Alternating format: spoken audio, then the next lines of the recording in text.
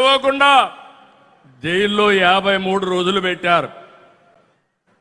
అదే మరి పవన్ కళ్యాణ్ గారిని అడుగడుగునా హెరాస్ చేశారు. అవునా కాదా గుర్తు తెచ్చుకోమని మరొకసారి విజ్ఞప్తి చేస్తున్నా.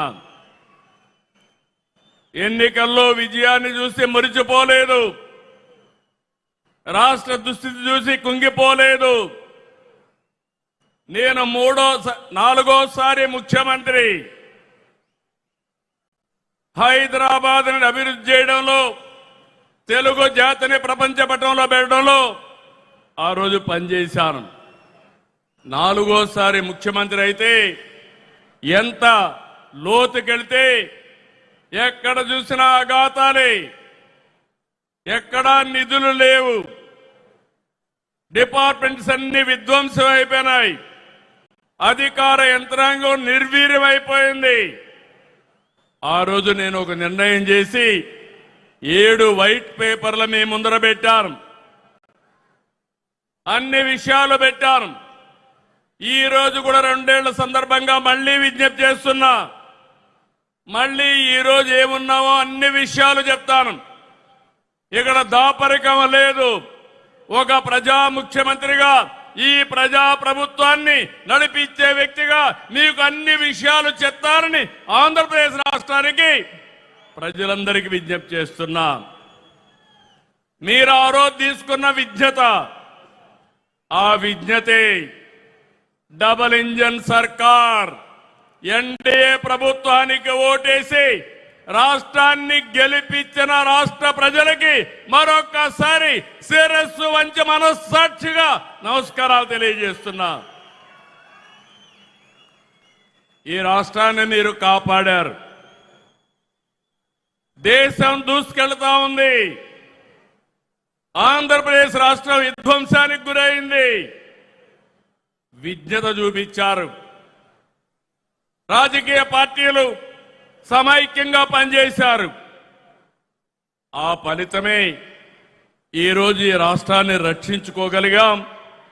మళ్ళీ వెంటిలేటర్ పైన ఉన్న రాష్ట్రానికి కేంద్రం ఆక్సిజన్ ఇచ్చి బతికిచ్చిందని చెప్పి కూడా నేను మీకు తెలియజేస్తున్నా.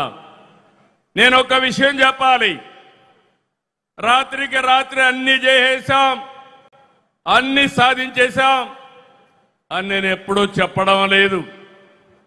ప్రతి ఒక్కరూ ఈ రాష్ట్రంలో గుర్తుపెట్టుకోవాలి. నేను గర్వంగా చెప్తాను, ఆ రోజు ఈ రోజు ప్రజలందరూ కూడా శాంతియుతంగా ఉండగలుగుతున్నారంటే, లా అండ్ ఆర్డర్ ఉందంటే, మీ ఆస్తులకు రక్షణ ఉందంటే అది ఎన్డీఏతోనే సాధ్యమైందని మరొకసారి మీకు విజ్ఞప్తి చేస్తున్నా. ఈరోజు మీరు చూస్తే విధ్వంసన వ్యవస్థల్ని ఎక్కడికక్కడ మళ్లీ ఘాట్లో పెట్టే పని చేస్తున్నాం. దీనికి కేంద్రం సహకరించింది. Polavaram, Amaravati, Visakhapatnam steel plant, railway జోన్తో సహా అనేక విషయాల్లో కేంద్రం అండగా నిలబడింది. ఇంకో పక్క ఎన్డీఏ పాలనలో ఇటు రాష్ట్రంలో అటు దేశంలో అనేక కార్యక్రమాలు జరుగుతున్నాయి. మీరు ఒక విషయం గుర్తుపెట్టుకోవాలి. నిన్నే నేను చెప్పాను, 21st century belongs to Narendra Modiji. 2001లో ప్రధానమంత్రి అయ్యాడు, 2001లో గుజరాత్ లో సీఎం అయ్యాడు, 2014లో ప్రధానమంత్రి అయ్యాడు.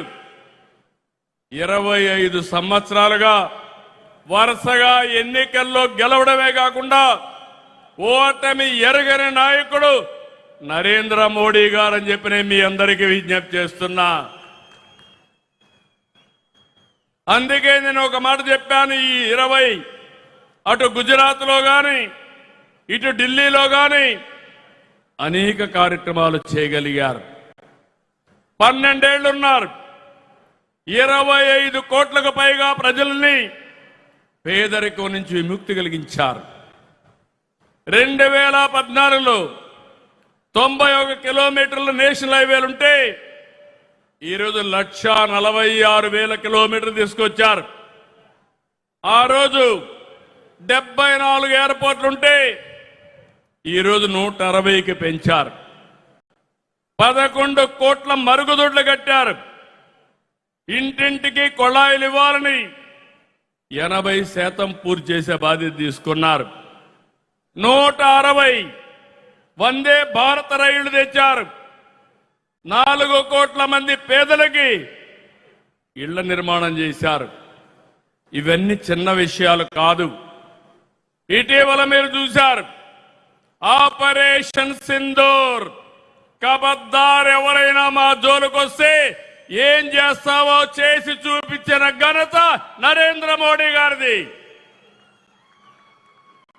ఈ విషయంలోనే కాదు, మీరు ఒక్కసారి గుర్తుపెట్టుకోవాల్సింది అనేక విషయాల్లో చంద్రయాన్, గగన్యాన్ ఇలాంటి విషయాల్లో మన దేశ ప్రతిష్ట పెంచాయి. ఇలాంటి అనేక కార్యక్రమాలు ఇప్పుడు ఆయన చేసిన పనుల వల్ల ప్రపంచంలో మన గౌరవం పెరిగింది. భారతదేశ ప్రతిష్ట పెరిగింది. ఒక నమ్మకం వచ్చింది. 2047కి తిరుగులేని శక్తిగా భారతదేశం తయారవుతుందని మరొకసారి విజ్ఞప్తి చేస్తున్నా. అవును అంటే గట్టిగా చప్పట్లు కొట్టి అభినందించండి ప్రధానమంత్రి గారిని.